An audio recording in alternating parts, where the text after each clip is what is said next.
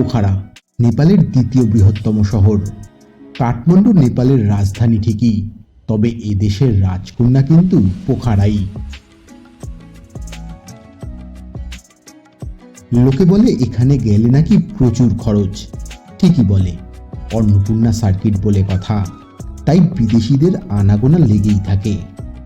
ডলারের সঙ্গে ভারতীয় টাকা টেক্কা দেবে কি করে? তাহলে কি জায়গাটা আমাদের কাছে খুবই এক্সপেন্সিভ?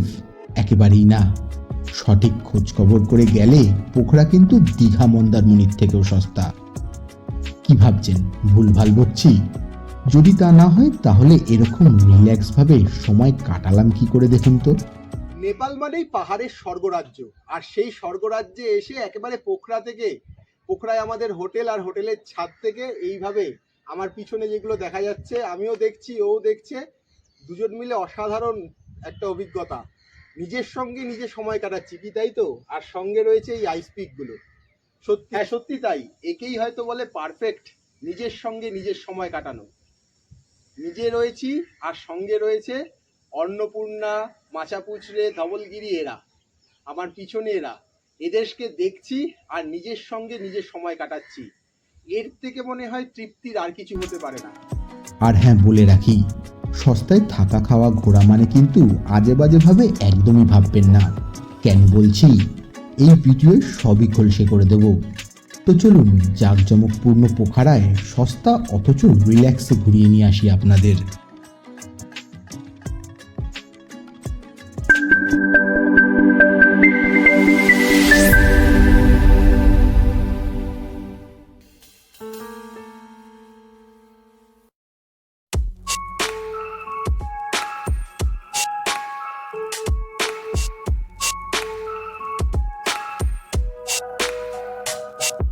একটা শহর যার জাঁকজমক তাক লাগিয়ে দেয় আমাদের। পোখারা কিন্তু পরিচিত সাত হ্রদের শহর নামেও। আসলে জায়গাটার চারিদিকে অনেক লেক রয়েছে, হবে নাই বা কেন। একেবারে হিমালয়ের কোলে যে এই পোখারা শহর। অন্নপূর্ণা সার্কিটে মানাসলু মাতৃ হিমাল থেকে মাচাপুচড়ে সব পাহাড়ে ট্রেক করতে যাওয়ার বেশি এই শহরটা। আর তাই বিদেশিদের আনাগোনা লেগেই থাকে এখানে। একটা সময় তিব্বতের সঙ্গে ভারতের বাণিজ্যের বেশ ছিল এই পোখারা। পর্যটকদের মনে পোখারা জায়গা করে নেওয়ার প্রধান কারণ এখানকার রাস্তাঘাট, বাজার, দোকান থেকেও দেখা যায় অন্নপূর্ণা, ধবলগিরি, মাচাপুচড়ের মতো তুষার শৃঙ্গগুলো। আর ফেবা লেকের সৌন্দর্যের তো কোনো কথাই হবে না।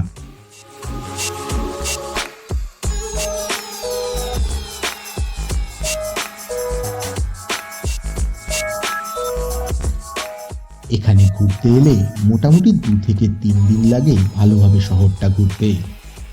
আমরা মিথিলা এক্সপ্রেসে হাওড়া থেকে বিহারের রক্সল স্টেশনে নেমে বীরগঞ্জ বর্ডার পার করে নেপালে ঢুকেছিলাম। সেখান থেকে গাড়ি করে প্রায় 8-9 ঘন্টা জার্নি করে পোখারায় এসেছিলাম। কিভাবে আসবেন পোখারায় সেই তথ্য আগের ভিডিওয়ে সম্পূর্ণ আলোচনা করেছি। সেটা জানতে হলে ডিসক্রিপশনে লিংক দেওয়া আছে, সেখানে ক্লিক করে দেখে নিতে পারেন। এবার বলি কোথায় থাকবেন আর কোথায় কোথায় খাবেন, তারপর শহরটা ঘুরতে বেরোবো। বলবো কোথায় কিভাবে যাবেন আর কি কি করবেন। আচ্ছা, পোখরা শহর বিখ্যাত তার জাঁকজমক জৌলুসের জন্য। লেকসাইড রোডে 1 নম্বর স্ট্রিট থেকে 17 নম্বর স্ট্রিটের মধ্যে সব থেকে বেশি হইহুল্লোড় থাকে 8 থেকে 17 নম্বর স্ট্রিটের মধ্যে। তাই তার আশেপাশে হোটেলের দামও স্বভাবতই বেশি হবে, যেটা প্রায় 3-4-5 হাজার টাকার ঘরে। তবে লেক সাইডের শুরুর দিকের রাস্তার হোটেলের রেট অনেকটাই কম। আচ্ছা, তার আগে বলে দিই, একটা স্ট্রিট থেকে আরেকটা স্ট্রিটের দূরত্ব হেঁটে 5 মিনিট মতো। তাই 2 অথবা 3 নম্বর রাস্তার পাশের হোটেলে থাকুন। মিনিট 20 হাঁটলেই আপনি পৌঁছে যাবেন পোখরার ক্রাউডেড প্লেসে। আমরা 2 নম্বর স্ট্রিটের হোটেলের কাছে থেকে সাধ্যের মধ্যে স্বাদ পূরণ করতে পেরেছিলাম। হোটেল ক্রিস্টাল ফল, যেখানে 4 বেডের রুম আমাদের পড়েছিল 2200 টাকা, যার মানে জনপ্রতি 550 টাকা করে। আর হোটেলে ওয়াইফাই থেকে বাইরের ভিউ সবই ছিল একেবারে দুর্দান্ত। এখন রুমে আছি, আর সব থেকে অদ্ভুত জিনিস, রুমের এই হচ্ছে আমার রুম, আর এই হচ্ছে রুমের জানলা। আর এই জানলা দিয়ে ভিউ, সেইটাই ভিউটা দেখাবো। এখান থেকেই দেখা যাচ্ছে একেবারে সব আইস পিকগুলো, মাচাপুচারে, ধবলগিরি, অন্নপূর্ণা, সাউথ সব দেখা যাচ্ছে। অর্থাৎ একদম ঘর থেকেই সব কিছু দেখতে পাচ্ছি, দুর্দান্ত। তবে আমার সবথেকে ভালো লেগেছিল হোটেলের ছাদটা। ওখানে বসেই যে সারাদিন চোখের সামনে অন্নপূর্ণা, মাচাপুচড়ে আর ধবলগিরি, ভাবতে পারছেন ঘরে বসেই হিমালয় দর্শন। এবার আসি খাওয়া দাওয়ার কথায়। পোখরায় চারিদিকে যেদিকেই তাকাবেন রকমারি সব খাওয়ার দোকান, তার দামটাও বেশ উচ্চ দরের। মূলত বিদেশিদের আনাগোনা এখানে বেশি, তাই রেটটাও হাই। বিদেশিদের ডলারের হিসেবে সেটা ঠিকঠাক হলেও আমাদের টাকার হিসেবে অনেকটাই বেশি।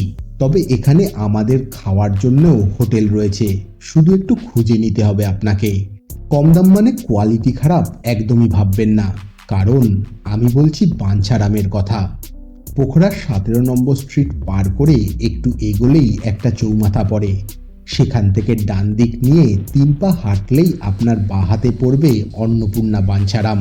খাওয়া দাওয়ার টেস্ট যেমন, তার ভিড়ও ঠিক তেমনই। আর বাজেট, ভেজ থালি 125 টাকা নেপালি, যা ভারতীয় টাকায় 79 টাকা মতো পড়ে। এক থালি 175 টাকা নেপালি, ভারতীয় টাকায় 110 টাকা। চিকেন থালি আর ফিশ থালি 250 টাকা নেপালি, আমাদের টাকায় যা হয় 157 টাকা মতন। আর মটন থালি 325 টাকা নেপালি, ভারতীয় টাকায় যা হয় 204 টাকা মতো।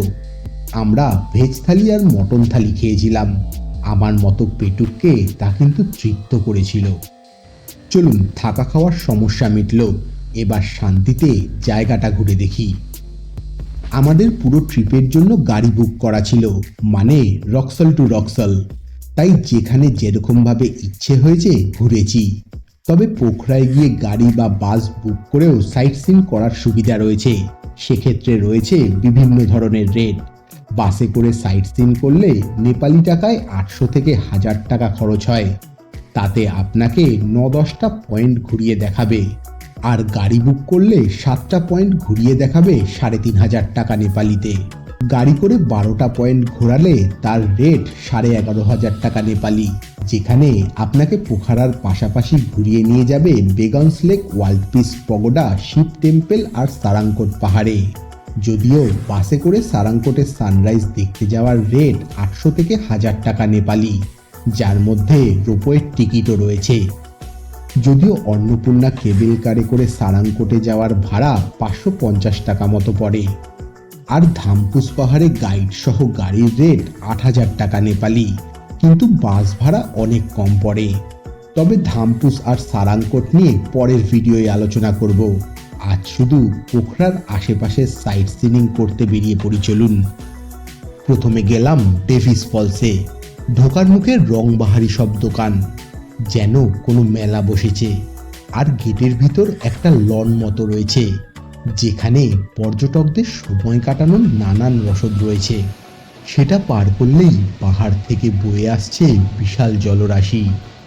জলের স্রোত এখানে এত বেশি যে তার তেজে প্রকৃতিও যেন মনে হচ্ছে ভয় পাচ্ছে।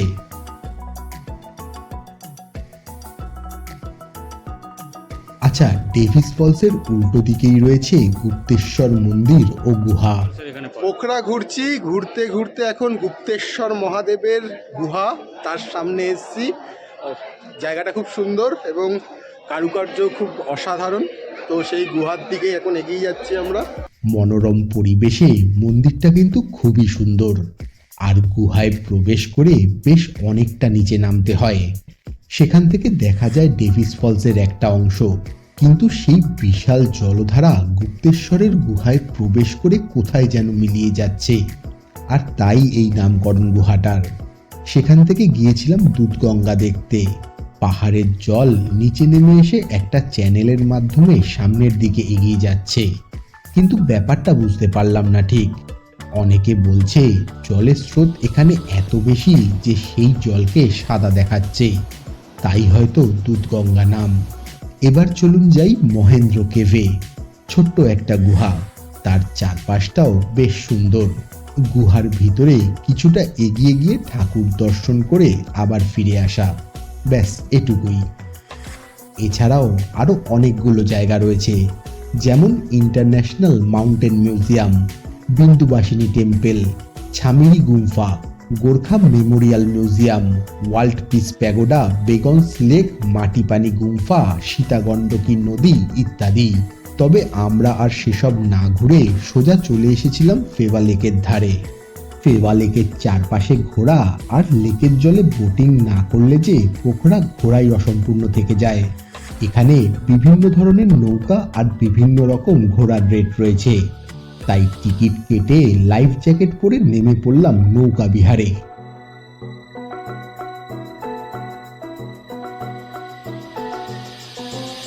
লেকের জল থেকেই বোটিং করতে করতে দেখতে পাচ্ছিলাম হিমালয়ান রেঞ্জ। ধবলগিরি তো বেশ বড় দেখা যায় এখান থেকে, আর দেখা যাচ্ছিল সারাংকোট পাহাড়। ঘুরতে ঘুরতে উল্টো দিকের পাড়ে গিয়ে কিছুক্ষণ বিশ্রাম, সঙ্গে জঙ্গলের দিকেও হাঁটা লাগালাম বেশ কিছুটা।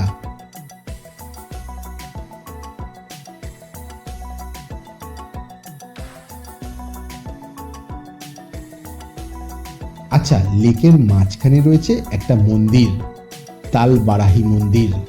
হিন্দু দেবী তালবারাহি অধিষ্ঠিত এখানে। এটি পোখরার সবথেকে গুরুত্বপূর্ণ ধর্মীয় স্মৃতিস্তম্ভ। মন্দিরটি নারী শক্তির প্রতিনিধিত্বকারী আজিমার প্রকাশের প্রতীক। মন্দির দর্শন করে ফিরে এসে লেকের ধারে ঘোরাঘুরি করে সাইট সিন শেষ হলেও শহরটার নাইট লাইফও যে আকৃষ্ট করে পর্যটকদের, তাই সেটা না দেখে পোখরা ভ্রমণ কি শেষ করা যায় নাকি? রাতের মায়াবী পোখরা, এখানে রাত কখনো ঘুমায় না। Our hearts beat to the city streets. We began to feel the fire. We rise like tall buildings as the chemicals they take us higher. The night's young and it's just begun as she puts her hand in mine.